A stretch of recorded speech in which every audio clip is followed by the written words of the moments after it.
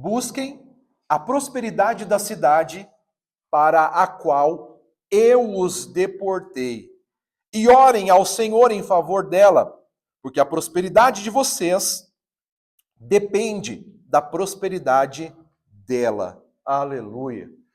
Meus irmãos, baseados neste texto de Jeremias 29:7, num sermão com característica temática, eu quero mostrar para vocês, dentro de alguns episódios bíblicos, algumas disposições que podem abençoar a nossa cidade.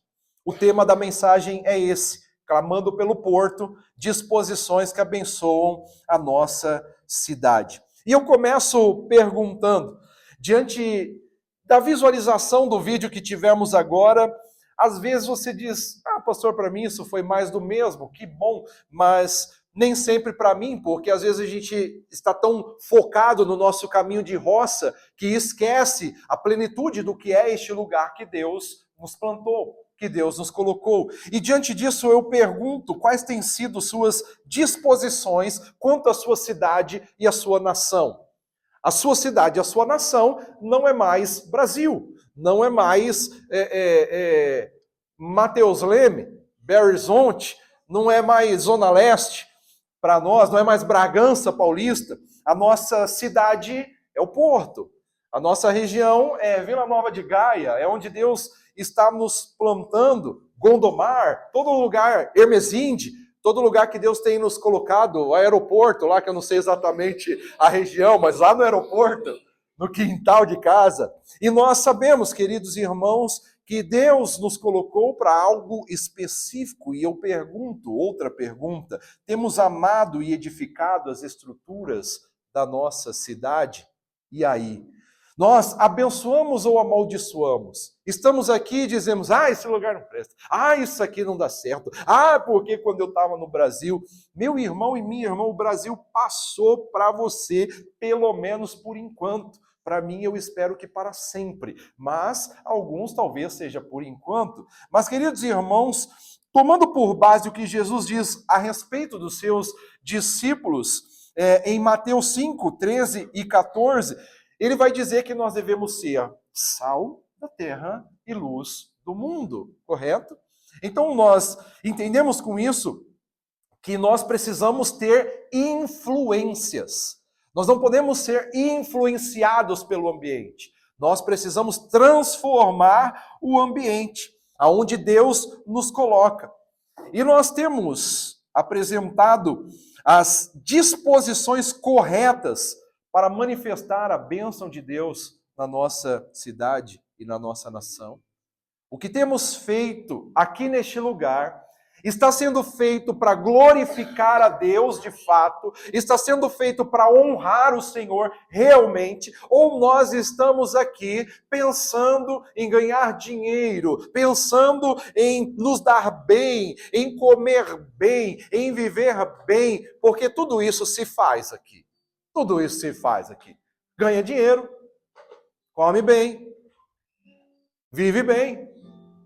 Então, toda pessoa que é capaz de ter um mínimo de administração vai ter essa percepção de uma forma muito mais abrangente do que é no Brasil. Eu e a Andressa, nós conversamos muito, porque é também um ambiente terapêutico e de bate-papo, sentar-se ali na cadeira da barbeira. E aí nós conversamos, e eu digo, e aí, em Minas Gerais? E ela diz, não, estou fora. Eu digo, não quer voltar, não? Não, pastor, isso aqui é bom demais. É bom demais, uai. E aí nós conversamos isso, ela disse assim, eu falei assim, eu quero ficar aqui para sempre, daqui para cá, daqui para o céu. Então, queridos irmãos, porém, como nós estamos nos comportando, como nós estamos nos posicionando, que disposições estamos tendo diante de tudo isso? Disposições corretas para manifestar a bênção de Deus sobre a nossa cidade e a nossa nação? É fato que nós estamos vivendo tempos difíceis em todos os lugares, desde o Brasil. E nós percebemos um avanço da polaridade, da polarização política. Brasil, Estados Unidos, comunismo, o outro lá que socialismo, democracia, o que impera, o que fica, o que vai, o que não vai. E essa polarização ela está por todos os lugares, gerando conflitos, gerando problemas. O cenário político ele é tenso e afeta até mesmo o nosso emocional. Mas, diga mas, a palavra de Deus, ela nos encoraja. A palavra de Deus, ela nos incentiva a procurar a paz no lugar em que Ele nos colocou. E se a palavra nos ensina a procurar pela paz, isso significa que ela está escondida, ou mesmo perdida. Há tantos lugares que não se tem paz. E este é um lugar que nitidamente nós conversamos com as pessoas e elas dizem, eu queria paz. Porque ao contrário do cenário que nós saímos, as pessoas não estão passando fome aqui. As pessoas não estão com deficiências de alimentação, na maioria o povo português, deficiência de habitação, não é uma realidade do país de fato. Assim, uma crise migratória, e aí imigrantes têm essas dificuldades de certa forma, porém, o povo português não tem esse tipo de dificuldade, na grande maioria, tá bem, queridos? Não é generalizando, mas na grande maioria, não. E o que eles querem? Paz. E a palavra de Deus nos chama a nos posicionarmos de tal forma que aonde Ele está nos colocando, e isso inclui a nossa cidade, mas inclui a nossa vizinhança, o lugar onde estamos morando, inclui o lugar onde estamos trabalhando, o lugar onde estamos estudando. E ele diz, procure a paz neste lugar. Libere a paz, manifeste a paz. Então muitos estão diante de interesses egoístas e as pessoas estão tomadas pelos critérios malignos e não conseguem mais encontrar esse caminho de paz. Mas procurar a paz é uma atitude inteligente para nós, a quem o Senhor está chamando profeticamente para isso. Veja o que nós lemos no texto. Busquem a prosperidade da cidade para a qual eu os deportei e orem ao Senhor em favor dela, porque a prosperidade de vocês depende da prosperidade dela. Meus irmãos, você sabe bem, essa prosperidade aqui que está sendo dita no texto não é aquela prosperidade louca, maluca, que a gente como brasileiro pensa que é dinheiro, dinheiro, dinheiro. Não, o texto aqui é a palavra shalom. E a shalom de Deus é a paz de Deus. E a paz de Deus é a verdadeira prosperidade. A paz que o mundo precisa é a shalom de Deus. E nós precisamos procurar a paz como uma atitude inteligente. Então, tendo em vista que o Porto e Portugal, se ele tiver paz, nós vamos desfrutar de paz. Então, todo esse ambiente profético que nós encontramos aqui é a cidade invicta. Isso ocupa uma posição espiritual, pode ter certeza disso. Significa que Deus está nos colocando num porto seguro. Tenha certeza disso. Tudo que vai rolar por aí, o Senhor vai nos proteger. Não porque o porto seja seguro, mas porque Ele é o nosso porto seguro. E porque Ele nos colocou aqui num ambiente simbolicamente tratado com essa característica, Ele vai ser essa presença manifesta para nos proteger aqui. E não só para nos proteger, mas para trazermos proteção a muitos. Então esse é o plano de Deus para as nossas vidas. Se o porto continuar tendo paz, nós teremos paz. Então trabalhe pela paz do porto. Ore pela paz do porto. Lute pela paz do porto, da nação portuguesa. Então, queridos, Jeremias 29:7 indica que nós somos deportados para esta nação numa clara alusão à nossa condição de peregrinos. E é claro, meus irmãos, quando nós estávamos no Brasil, nós ocupávamos a mesma posição, porque nós não somos cidadãos do Brasil, nós somos cidadãos celestes. E Deus nos colocou, seja no Brasil, seja em Portugal, seja na Espanha, seja na França, seja nos Estados Unidos, Ele nos coloca para que nós sejamos o instrumento dEle para a promoção da paz que Ele traz por intermédio de Jesus. Então, tendo toda essa visão, todo esse preâmbulo, essa introdução, Eu quero convidar vocês a conhecer, através do apóstolo Paulo e através de Neemias, algumas disposições importantes, apenas 3, que podem abençoar a nossa cidade, que podem nos fazer instrumentos poderosos para a manifestação daquilo que Deus está prometendo fazer. Há uma promessa de avivamento. E se eu e você nos disponibilizarmos integralmente para isso, vai acontecer. Diga aí para o seu irmão, vai acontecer. Aleluia.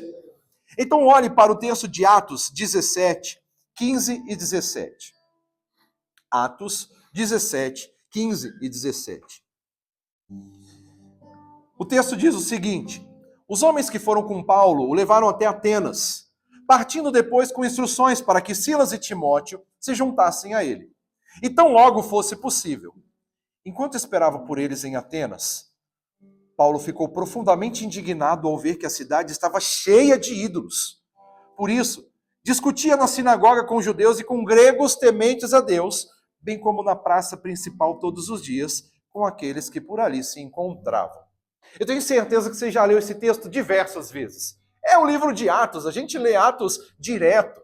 Mesmo quem não lê muito a Bíblia, quando fala, eu vou ler, passa por Atos. E aí, meus irmãos, nós nos deparamos com esse texto, onde Paulo está em Atenas. E parece que não tem nada muito importante aqui, mas tem coisas muito profundas e importantes. Primeira coisa que nós vamos encontrar aqui, e que se torna para nós uma disposição que abençoa a nossa cidade, é uma disposição espiritual. Nós precisamos estar disponíveis espiritualmente para o que Deus quer fazer nas cidades. Ou seja, para nós, aqui no Porto, aqui em Gaia e região. Então o texto diz: andando pela cidade, observei cuidadosamente seus objetos de culto. No verso 23 agora. 17 e 23. Andando pela cidade, observei cuidadosamente seus objetos de culto e encontrei até um altar com esta inscrição: ao Deus desconhecido. Ora, o que vocês adoram, apesar de não conhecerem, eu lhes anuncio. Uau! Perceba que Paulo, nesse contexto, ele tem um discernimento espiritual. Nós precisamos ter discernimento espiritual nos lugares que Deus nos coloca. Então, vê, você está num novo trabalho agora. Deus, o que o Senhor quer comigo aqui? Qual que é o plano? Porque o plano de Deus não é só a gente ganhar dinheiro, não. Não é só a gente ter recursos.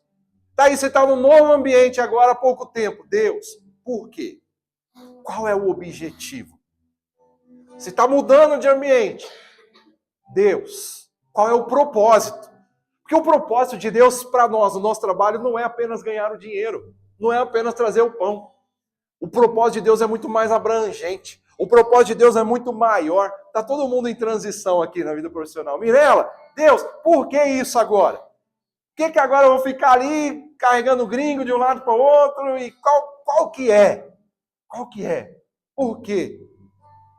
O que o Senhor está fazendo? Temos que ter discernimento espiritual.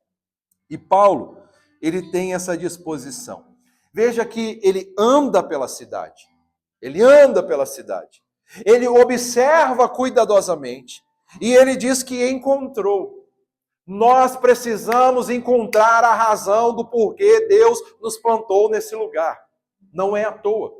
Nós precisamos encontrar a razão do porquê Deus nos colocou naquele bairro, nesse bairro, naquele apartamento, naquela casa. Por quê?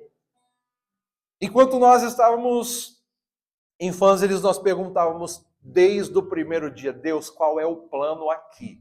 Por que aqui? E aos poucos nós fomos encontrando.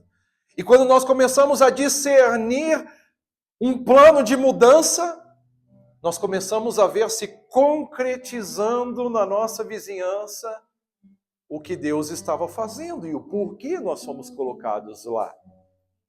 Até que chegou o dia que todos vocês viram o porquê aqui. 3 vidas se rendendo a Jesus de uma vez só, depois de quase 2 anos de oração e intercessão. Então procure descobrir espiritualmente qual é o propósito. Porque para edificar espiritualmente uma cidade, uma nação, nossa primeira disposição deve ser a de fazer uma avaliação do clima espiritual. Abriu a sua mente, fez assim, quando nós estávamos lendo aqui o mapeamento espiritual? Fez ou não fez? Tem que fazer. É importante. Você fala assim, é verdade. É isso mesmo. E a gente começa a observar tudo isso. Então é importante discernir o clima espiritual que envolve a região. É preciso conhecer as necessidades espirituais.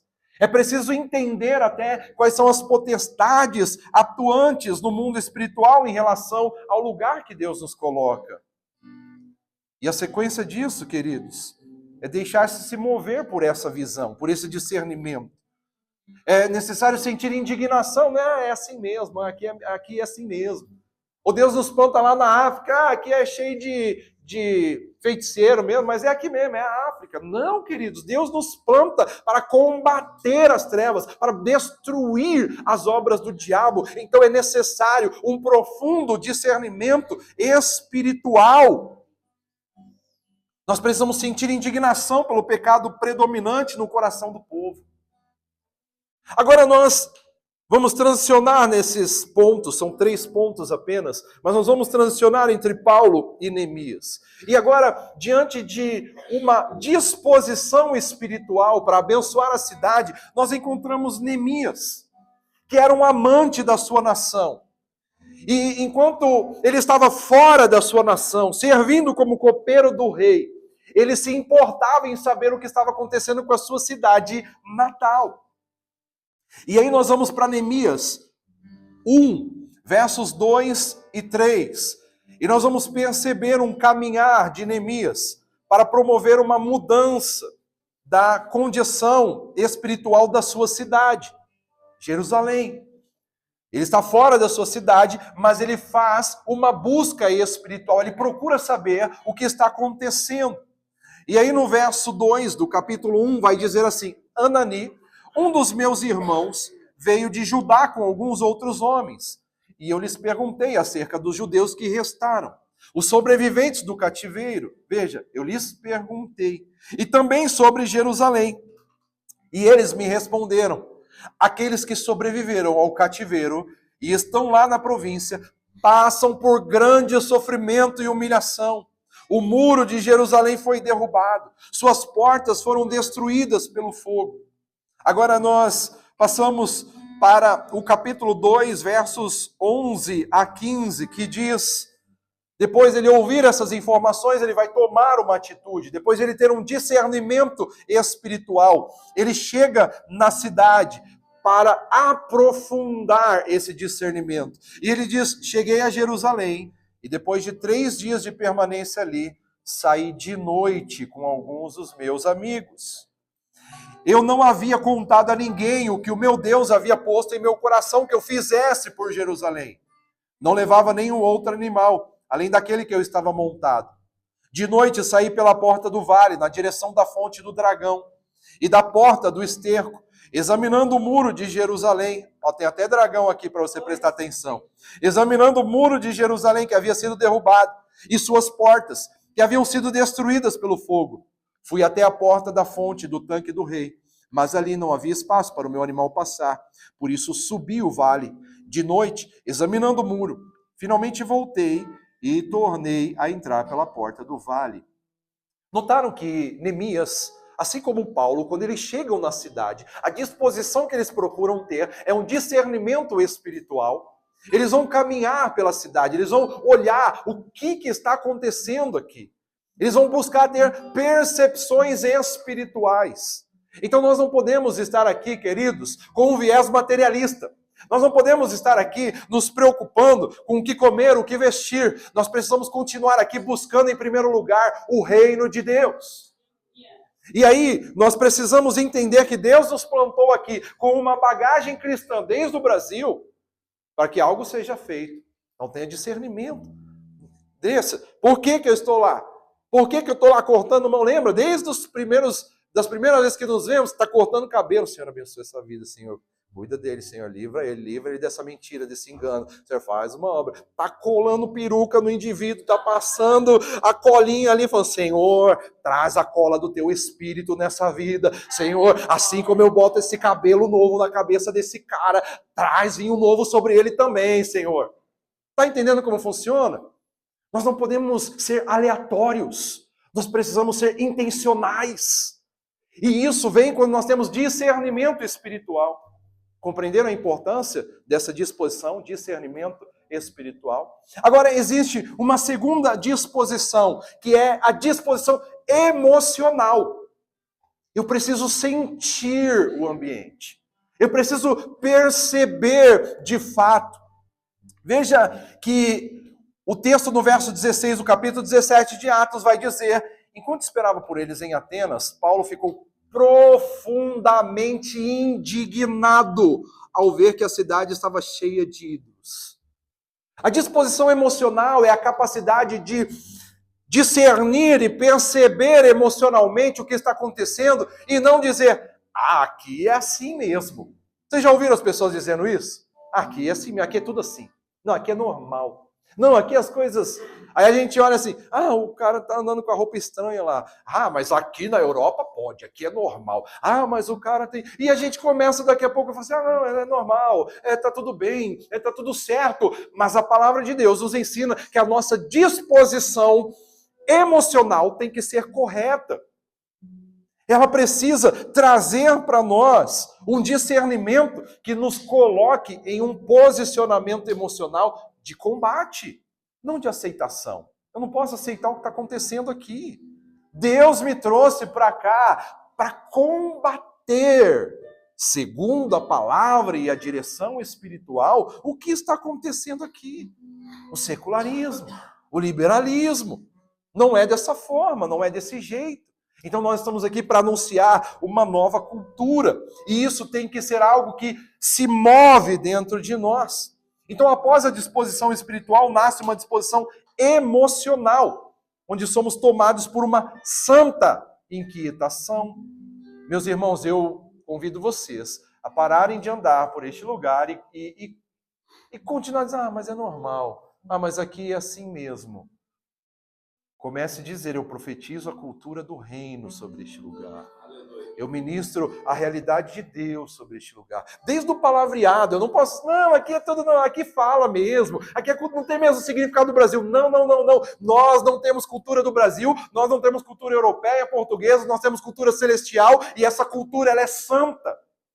Essa cultura, ela é poderosa.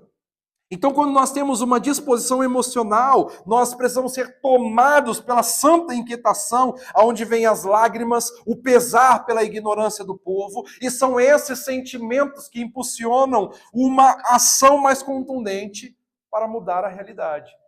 Se nós começarmos a ficar que nem onde estaria agora, aqui é assim mesmo, aqui é desse jeito, aqui nada funciona, mas aqui é cultural. Em nome de Jesus está repreendido, queridos. Nós viemos para manifestar a cultura do reino. Nós não viemos para mudar a cultura. Nós não viemos para interferir na cultura socialmente falando. Nós viemos para trazer a realidade do vinho novo. Aleluia. Amigos, irmãos, pegue essa sacada, vinho novo. Agora eu estou começando a compreender, discernir mais ainda por que é que Deus está falando tanto com a gente sobre esse negócio de vinho. E eu não estava nem pensando sobre isso. Mas é aqui. Deus está dizendo, eu quero derramar vinho novo. Eu quero trazer o meu vinho sobre esta terra. Eu quero que vocês se posicionem, porque haverá vinho novo. Aleluia. Mas para isso nós precisamos ter disposição emocional. Uma inquietação que se transforma em ação. As lágrimas em clamor, o pesar numa compaixão que arde em desejo de mudanças. Eu quero ver esse povo salvo. Eu quero ver esse povo transformado. O que Deus vai fazer é o que Deus vai fazer. Enquanto eu pensava sobre toda essa ministração, as cidades, a evangelização, nós estamos desenvolvendo um trabalho missionário. Eu me lembrava de tantas vezes que eu dei aula de evangelismo e discipulado. E eu lembro que na literatura que nós usamos lá, havia uma frase muito contundente, que era assim: a sua responsabilidade é pregar, converter é responsabilidade de Deus. Porque, amados, a gente às vezes quer converter as pessoas, mas Deus está dizendo, pregue a palavra, porque Ele é quem converte. Então não se acostume a deixar as pessoas na miséria que elas estão.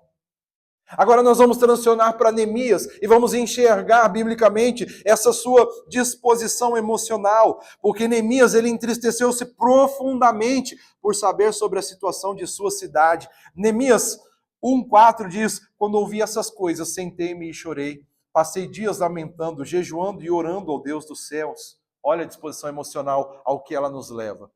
Não é algo que nos leva a entrar em depressão, não nos leva a uma tristeza improdutiva, nos leva a uma tristeza que traz resultados, que nos leva ao jejum, à oração, ao clamor. Senhor, aperfeiçoa o entendimento na minha mente. Agora no capítulo 2, nos versos 3 a 5, diz: eu disse ao rei, que o rei viva para sempre. Como não estaria triste o meu rosto se a cidade em que estão sepultados os meus pais está em ruínas e as suas portas foram destruídas pelo fogo? O rei me disse: o que você gostaria de pedir? Então orei ao Deus dos céus e respondi ao rei: se for do agrado do rei, e se o seu servo puder contar com a benevolência do rei, que ele me deixe ir à cidade de Judá, onde meus pais estão enterrados, para que eu possa reconstruí-la. Disposição emocional nos conecta com uma ação. Então note que nós estamos numa escada nesse processo. Nós primeiro precisamos ter um discernimento espiritual. Nós não podemos sair fazendo as coisas porque, eu estou sentindo que tem que ser assim. Não, primeiro discernimento espiritual. Nós estamos aqui na região da Europa porque claramente Deus disse para nós, passa a Macedônia. Claramente Deus disse. E quando eu menos esperava, mesmo sonhando, orando e projetando estar aqui em Portugal, só depois de muito tempo que eu fui estudar, que a Macedônia é a Europa. E é onde o evangelho começa na Europa. Então Paulo, primeiro, ele tem um discernimento espiritual, tendo vontade, tendo anseio de querer ir para outros lugares. O Espírito, diz a palavra, o impediu de ir. Até que Paulo teve um sonho, teve uma visão, teve uma revelação de um homem que aparecia para ele e dizia: passe a Macedônia e ajude-nos.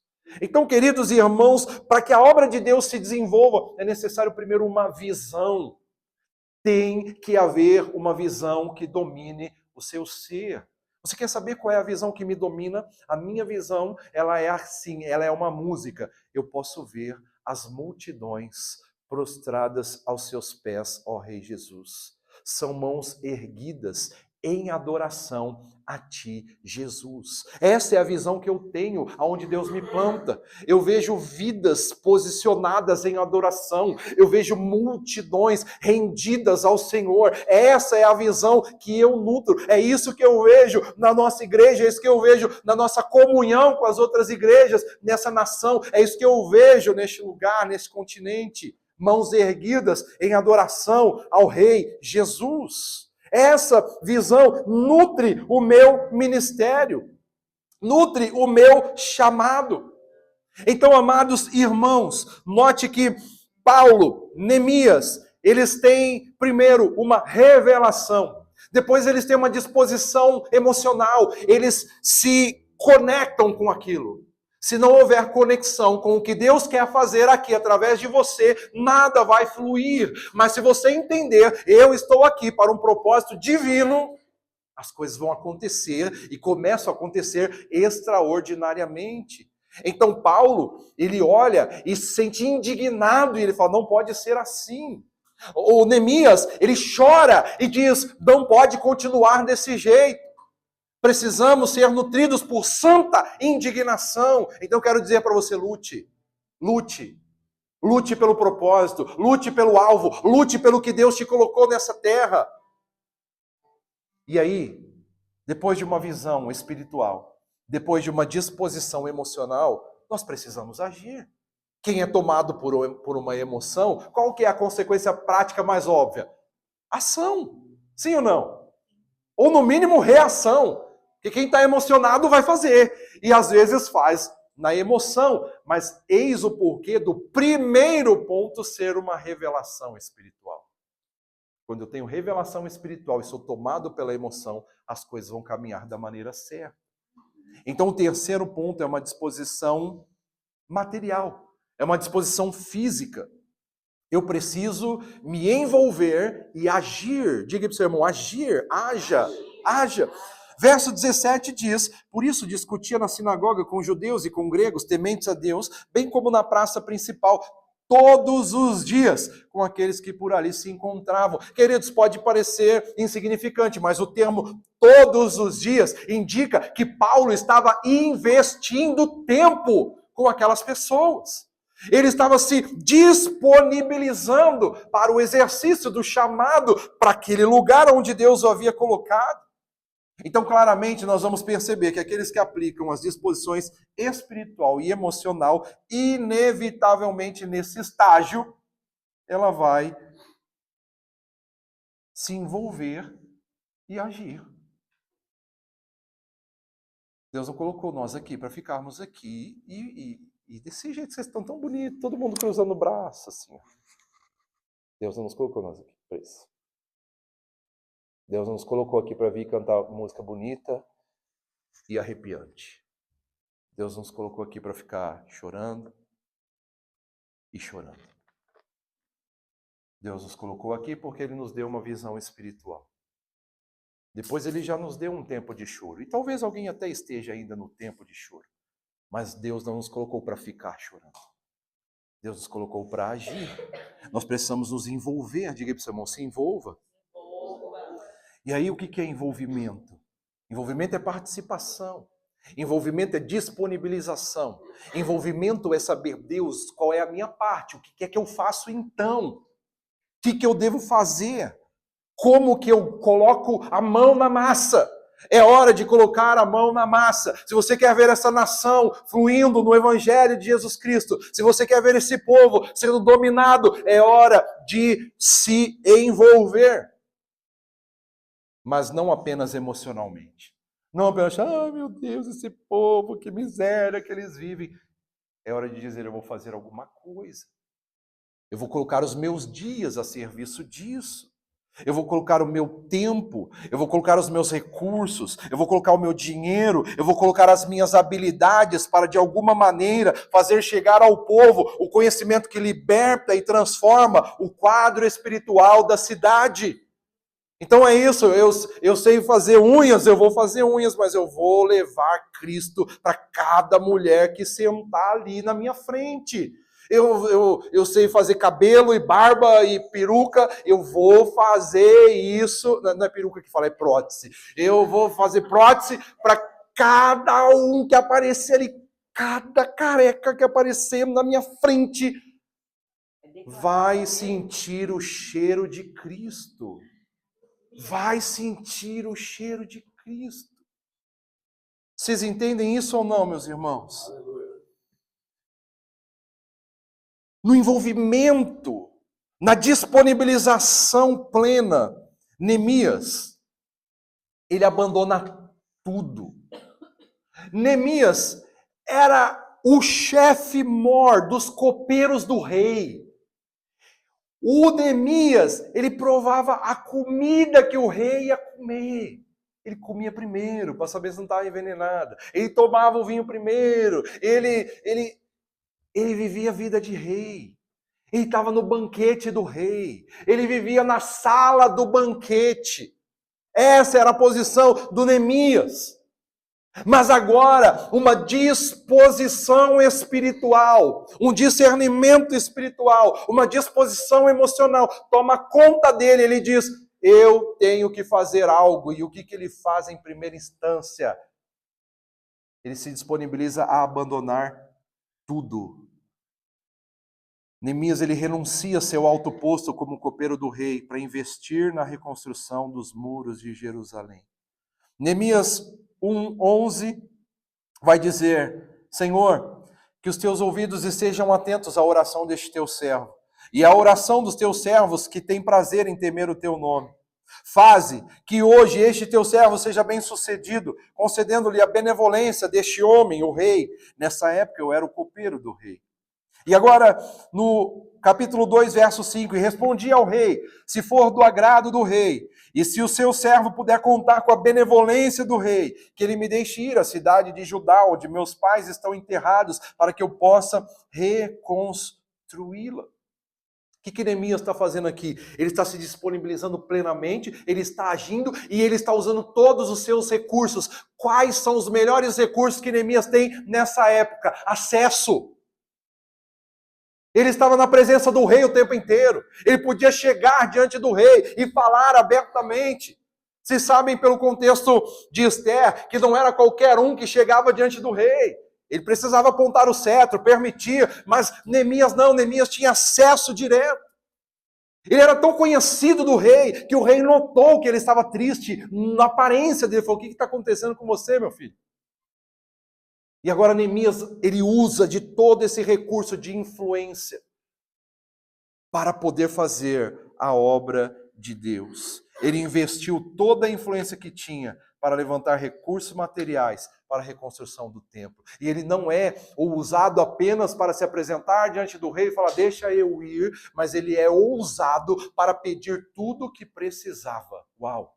Vocês já notaram isso? Vamos ver no texto, Neemias 2, 7 a 9. E a seguir acrescentei, se for do agrado do rei, que me dê cartas aos governadores do Trans-Eufrates, para que me deixem passar até chegar a Judá, que me dê também uma carta para Asaf, guarda da floresta do rei, para que ele me forneça madeira para as vigas das portas da cidadela, que fica junto ao templo do muro da cidade e da residência que irei ocupar, visto que a bondosa mão de Deus estava sobre mim. O rei atendeu os meus pedidos. Com isso fui aos governadores do Trans-Eufrates e lhes entreguei as cartas do rei. O rei me fez acompanhar uma escolta de oficiais do exército e de cavaleiros. Meu Deus, esse amado irmão, ele foi com pompas de envio do rei para poder reconstruir os muros. Ele tinha cartas para conseguir recursos financeiros, ele tinha carta para conseguir recursos materiais, ele tinha carta para ter equipe de segurança. Meu Deus do céu! E o que isso nos indica também, queridos, que quando nos disponibilizamos a fazer a obra de Deus, o Senhor se responsabiliza, porque tudo isso não estava acontecendo porque Neemias era influente. Tudo isso não estava acontecendo porque o rei gostava do Neemias. Tudo isso estava acontecendo porque, você leu aí no texto, diga para mim por quê? Por quê? Por quê? Porque a mão de Deus estava com ele. A boa mão de Deus estava com Neemias. Aleluia. Então Neemias, ele soube utilizar-se da sua influência para motivar os recursos, para levantar os recursos e também para motivar os recursos humanos. Olha agora versos 17 a 18 do capítulo 2. Então eu lhes disse, vocês estão vendo a situação terrível em que estamos? Jerusalém está em ruínas e suas portas foram destruídas pelo fogo. Venham, vamos reconstruir o muro de Jerusalém, para que não fiquemos mais nessa situação humilhante. Também lhes contei como Deus tinha sido bondoso comigo e o que o rei me tinha dito. Eles responderam, sim, vamos começar a reconstrução. E se encorajaram para esse bom projeto. Aleluia. Meus irmãos, fazer a diferença onde Deus nos colocou é um bom projeto de Deus. Basta que você se disponibilize. Basta que você entenda essa direção espiritual. Basta que você se envolva com essa direção espiritual e que haja na direção do que ela está dizendo. Vocês conseguiram entender alguma coisa? Conseguiram compreender alguma coisa? Sim? Trouxe, assim, deu para alguma coisinha deu para pegar? Pois bem, queridos, nós vamos clamar. Mas eu vou finalizar essa mensagem antes de clamarmos, dizendo para você que nós devemos frutificar onde Deus tem nos plantado. Devemos frutificar onde Deus tem nos plantado. Há um tempo determinado para todo o propósito de Deus. Por 2 anos ele nos plantou em Fanzires, agora ele nos colocou aqui também, junto com o templo do Senhor. Por um tempo vocês têm estado onde vocês estão. Dê frutos onde Deus tem te colocado. Dê frutos onde Deus tem plantado você. Deus tem nos abençoado como seu povo e nós devemos manifestar essa bênção para a nossa nação e para a nossa cidade. Provérbios 11, 10 e 11 diz, Quando os justos prosperam, a cidade exulta. Quando os ímpios perecem, há cantos de alegria. O seu avanço, o seu crescimento, a sua prosperidade nessa terra vai trazer resultados do céu para essa terra. Então se posicione. Não se permita ser um desvalido, não se permita ser um inócuo, não se permita ser infértil, mas seja alguém que manifeste a glória de Deus. A bênção dos justos traz exaltação para a cidade. É dos justos, meus irmãos. Não é do novo presidente, não é do ministro, não é dos deputados, não é do presidente da Câmara. Quem traz transformação para a cidade é o desenvolvimento dos justos do Senhor. Seja justo e prospere. Em Jeremias 29:7, onde nós começamos essa mensagem, nós observamos que, independentemente de onde estivermos, é nosso papel promover em oração e com muito trabalho a prosperidade da cidade, porque no bem-estar ou na paz, na shalom da cidade, é que seremos felizes. Busquem a prosperidade da cidade para a qual eu os deportei e orem ao Senhor em favor dela, porque a prosperidade de vocês depende da prosperidade dela. Por isso eu digo para você hoje, se disponibilize. Se disponibilize espiritualmente, se disponibilize emocionalmente e se disponibilize em ação, materialmente, em recursos e no que for necessário para promovermos o bem-estar da cidade, do porto e da nação portuguesa, porque é assim que, em amor, nós vamos executar os planos de Deus para essa terra. Quem entendeu, diga eu entendi. Quem não entendeu, diga misericórdia, diga Deus, continue falando comigo. Eu quero convidar agora você a ficar de pé e nós vamos fazer esse clamor pelo porto.